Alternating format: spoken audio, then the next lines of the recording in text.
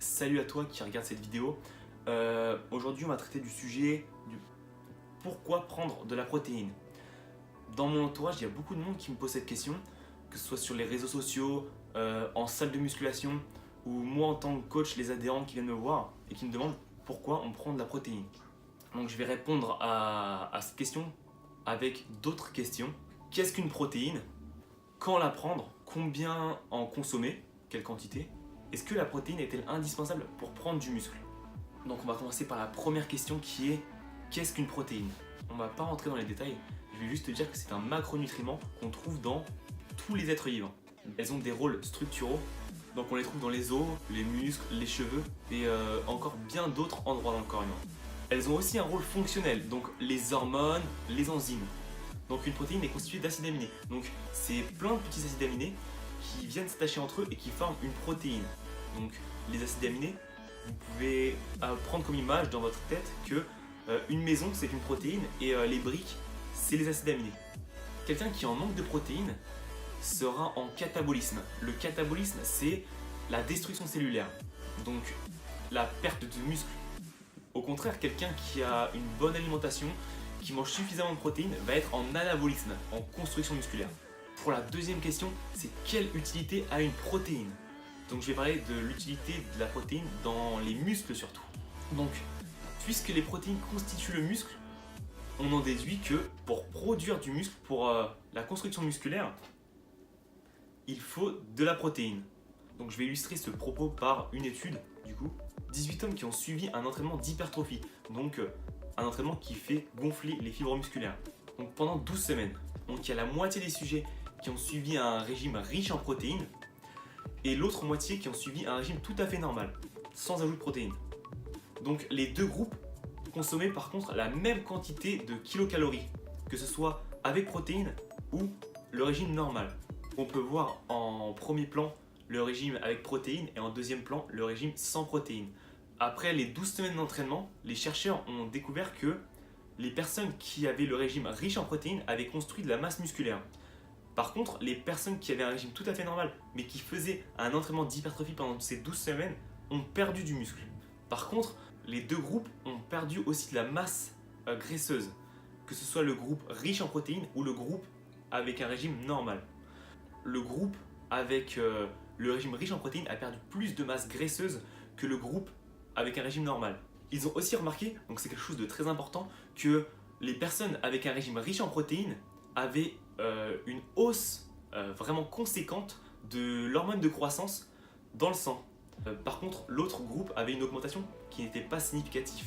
Donc vous pouvez le voir sur le graphique, c'est vraiment impressionnant la différence qu'il y a entre le régime riche en protéines et le régime tout à fait normal. Grâce à cette étude, j'ai pu répondre à la question quel rôle ont les protéines, que ce soit dans la construction de masse musculaire, que ce soit dans la perte de masse graisseuse ou que ce soit aussi dans l'augmentation du taux d'hormone de croissance. L'hormone de croissance qui est très important en musculation. Pour la troisième question, quand prendre la protéine ou à quelle fréquence? Donc je vais aussi répondre à cette question par une étude qui a été faite. C'est une étude qui a été faite sur des hommes qui se sont entraînés et qui ont pris les 12 heures suivant l'entraînement 80 grammes de protéines. Donc le premier groupe a reçu ces 80 grammes en 2 prises, donc une fois toutes les 6 heures.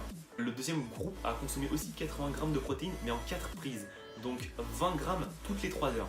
Donc le troisième groupe qui a aussi reçu 80 grammes de protéines, mais cette fois en 8 prises, c'est-à-dire 10 grammes toutes les 1h30 sur 12 heures. Grâce à cette étude, on peut voir que plus la prise de protéines est fractionnée, plus la synthèse de protéines dans les muscles était élevée. Par contre, on peut voir sur le deuxième histogramme que pour le groupe numéro 3 avec la prise la plus fractionnée, c'est aussi le groupe où la dégradation des protéines dans le muscle était le plus important. En gros, la dégradation du muscle était le plus importante. Donc pour synthétiser tout ça, le groupe qui a eu le plus de gains de masse musculaire comparé à la dégradation musculaire, c'est le groupe numéro 2, le groupe avec une prise de protéines toutes les 3 heures. Donc, quand prendre la protéine?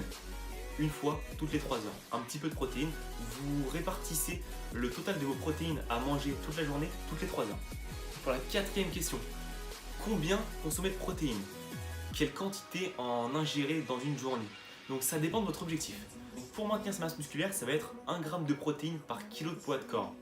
Donc quelqu'un qui fait 70 kg va devoir ingérer 70 g de protéines par jour. Pour une sèche ou une prise de masse, le taux de protéines à ingérer par jour va être plus élevé. Parce que pour une sèche, on est en déficit calorique, et quand on est en déficit calorique, le corps peut prendre aussi dans les muscles. Alors le taux à prendre de protéines serait de 2 g par kilo de poids de corps. Pour la prise de masse, ça va être pareil. Ce sera 2 g par kilo de poids de corps. Donc c'est ce qui marche le mieux, et ça ne vous fait pas en ingérer tant que ça. Si vous prenez de la protéine en poudre, ce sera très facilement atteignable.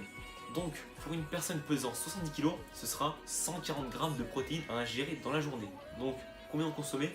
1 g pour le maintien de la masse musculaire et 2 g pour la sèche ou la prise de masse. On peut en trouver sous différentes formes, que ce soit en poudre, dans les végétaux, dans les produits animaux. En poudre, le plus consommé c'est la whey.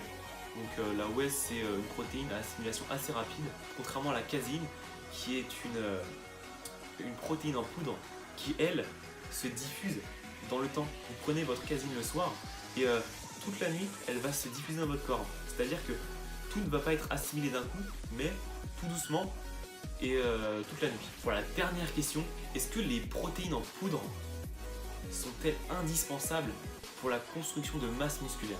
Non. Quelqu'un qui vous dira que c'est impossible de construire de la masse musculaire sans protéines en poudre, bah l'écoutez pas. C'est soit un mauvais coach, soit c'est une personne qui ne s'y connaît pas. Tant que vous mangez suffisamment de protéines dans votre alimentation par rapport à vos objectifs, c'est suffisant. Il n'y a pas besoin de prendre de protéines en poudre. La protéine en poudre, c'est surtout un gain de temps. Quelqu'un qui à 16 heures n'a pas envie de manger son poulet, il va se prendre une protéine en poudre. Et c'est, on va dire, un substitut. Ça ne substitue pas un repas, mais une collation, oui. Donc c'est une solution de facilité, mais aussi un gain d'argent, car si vous achetez du poulet pour 10 heures et 16 heures, ça vous coûtera beaucoup plus cher au mois que si vous prenez un pot de protéines qui vous coûtera vraiment moins cher. Vous pouvez faire le calcul chez vous, ça vous coûtera réellement moins cher. Donc voilà, la vidéo est terminée. Je vous remercie d'avoir regardé. N'hésitez pas à mettre un gros pouce bleu et de vous abonner pour les prochaines vidéos qui arrivent aussi très bientôt. Si vous n'avez pas vu ma vidéo sur comment augmenter son taux de testostérone de façon significative, vous pouvez aller dans la description, je mettrai le lien